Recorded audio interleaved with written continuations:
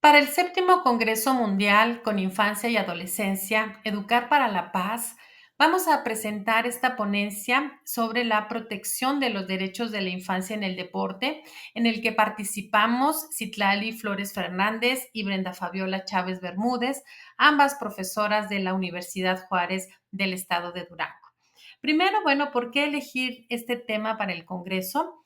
Principalmente por el papel relevante y eficaz que tiene el deporte para el desarrollo y la paz y para el fortalecimiento de la salud física y el desarrollo de habilidades sociales, emocionales y cognitivas para niñas, niños y adolescentes.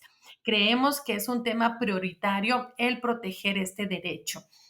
Este derecho que está contemplado implícitamente en la Convención sobre los Derechos del Niño, en el artículo 31 se reconoce el derecho de la niñez al descanso y al esparcimiento, al juego y a las actividades recreativas propias de su edad, así como su participación libre en la vida cultural y en las artes. Se señala que los estados deben de respetar y promover este derecho y propiciar oportunidades apropiadas en condiciones de igualdad. Primero, es importante considerar al deporte en una doble dimensión. Quiere decir que simultáneamente es un derecho que tiene que ver con el acceso a practicar deporte, pero que además es un espacio de ejercicio de derechos, en donde se requieren entornos seguros, no violentos, igualdad, no discriminación, y para todo esto es necesario que los estados cumplan con sus obligaciones e impongan límites claros a federaciones y a clubes deportivos. Hay una serie de obligaciones que tiene el Estado en materia de derecho al deporte de niñas, niños y adolescentes. Tiene una obligación de promover. ¿Qué implica esto? Bueno, pues por una parte, realizar campañas sostenidas de sensibilización, es decir, que se debe de difundir el derecho a la práctica deportiva sin discriminación mediante una mercadotecnia social en medios tradicionales y digitales.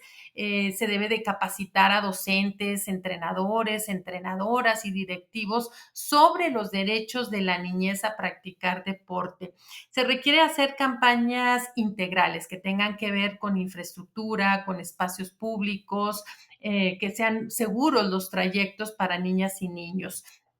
Además, se tiene varias áreas de oportunidad. Hay una realidad preocupante, de acuerdo a un informe del 2023 de la Organización Mundial de la Salud, preocupa el hecho de que para el 2022 solo 101 países, es decir, el 52%, informaron haber llevado al cabo al menos una campaña de comunicación sobre actividad física en los últimos 2 años.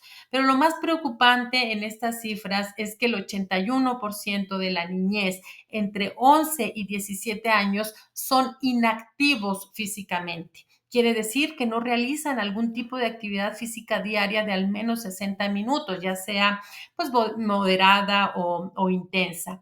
Y preocupa también el hecho de que las niñas son menos activas que los niños. El 85% de las niñas son inactivas y el 77% de los niños. Es decir, que hay una brecha de género y que desde luego pues tiene explicación a varios factores, entre ellos el tema de estereotipos.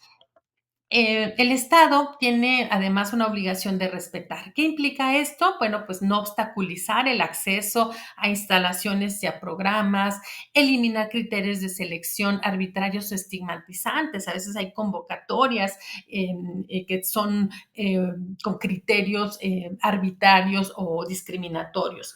Erradicar prácticas disciplinarias violentas y garantizar la participación de pueblos indígenas, de personas con discapacidad. ¿Por qué? Porque el deporte debe de ser inclusivo y en el caso de niñas o niños con discapacidad, pues se deben de adoptar todas las medidas para ofrecer actividades adaptadas de manera que puedan participar junto con otras niñas y niños sin discapacidad. Y si no se cumple con esta obligación, hay los recursos legales para hacerlo. En el caso de México se cuenta con el recurso de amparo y ha habido casos que han llegado a revisión por parte de la Suprema Corte de Justicia de la Nación.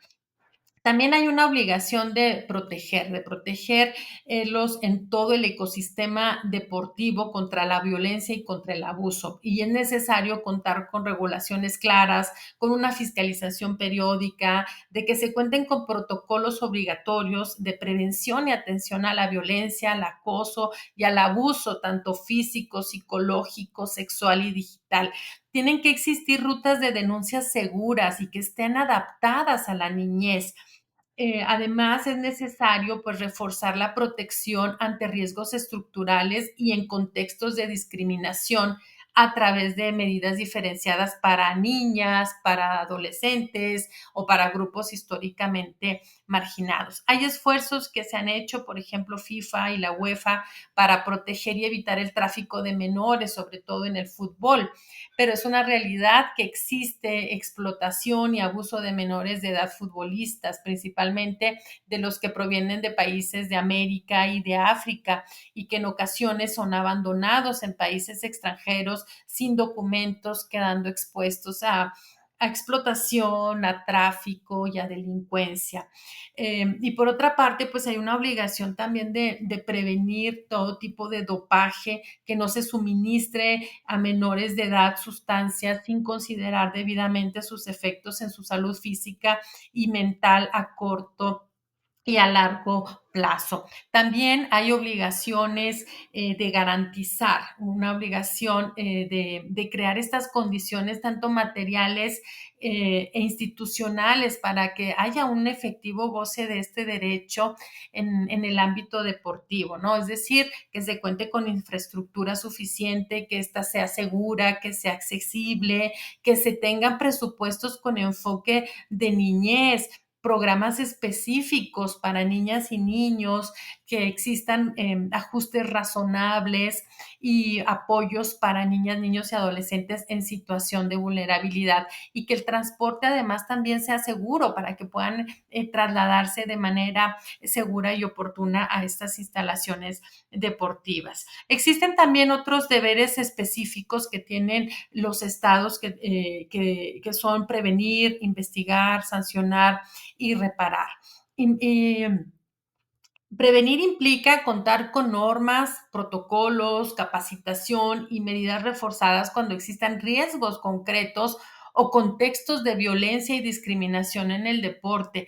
Hay esfuerzos valiosos en contra de la violencia sexual en el deporte, por ejemplo, el Consejo Superior de Deportes y la Fundación Deporte Joven, con el objetivo de sensibilizar y de prevenir, de detectar el abuso sexual infantil en el ámbito deportivo. Han desarrollado campañas, ¿no? Una llamada El abuso sexual infantil queda fuera del juego, que incluye, entre otras cuestiones, pues un listado de estándares de calidad que deben cumplir las instalaciones deportivas. Se deben replicar este tipo de esfuerzos. Investigar, pues hay que considerar primero que el tema de la violencia en entornos deportivos no es un tema menor. El primer estudio que se hizo de prevalencia realizado en países europeos con una muestra de 10.302 personas, concluyó que el 65% de menores de edad han sufrido violencia psicológica y el 35% violencia sexual durante la práctica deportiva.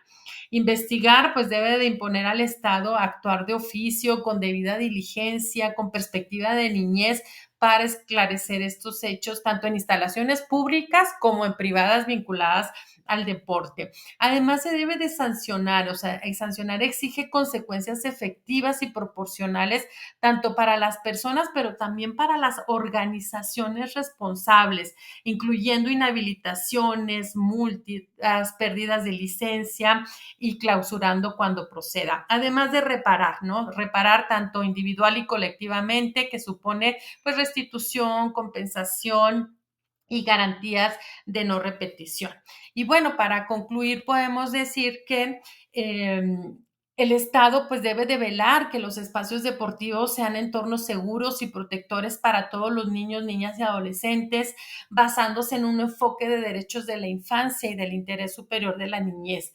La garantía efectiva del derecho al deporte exige al Estado promover, respetar, proteger y no discriminar. Esto implica presupuesto suficiente, infraestructura segura y accesible, formación obligatoria en el ámbito deportivo, ajustes razonables para la inclusión y protocolos claros de denuncia. Bueno, pues por nuestra parte sería todo. Muchísimas gracias a los organizadores.